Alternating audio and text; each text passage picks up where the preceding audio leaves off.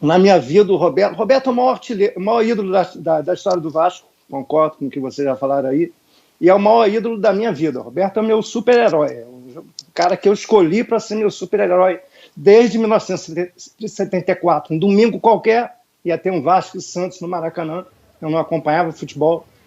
Meu pai foi a um jogo. Meu pai nunca ia a jogo nenhum, meu pai não tem menos chinelão. Aí eu me interessei, eu tinha 9 anos, me interessei, falei para meu avô, o que ele foi fazer? Aí meu avô, aí foi ver o Vasco do Roberto Dinamite contra o Santos do Pelé, que era o quadrangular final do Brasileiro, que o Vasco acabou sendo campeão.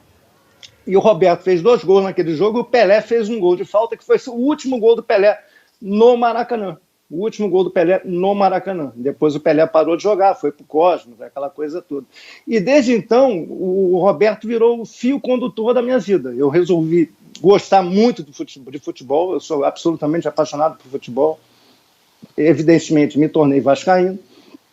E minha família, que já era vascaína, ficou mais vascaína ainda com a paixão que eu passei a ter comigo desde aquele domingo de 1974.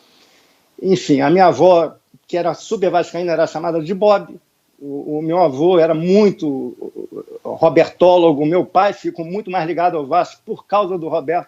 O Roberto aproximou a família. Então, por isso que eu digo, o Roberto é importante não é só para o futebol na minha vida, na minha relação com a minha família. Muito importante. E, Serginho, você falou aí sobre o... Estou vendo aí que o segundo tempo já começou. Muita gente chama de Dinamite, outros hoje chamam de Roberto, você chama de Roberto. Eu também chamo de Roberto. Vou sempre chamar de Roberto, mas eu também chamo de Bob. Os mais chegados chamam de Bob, né?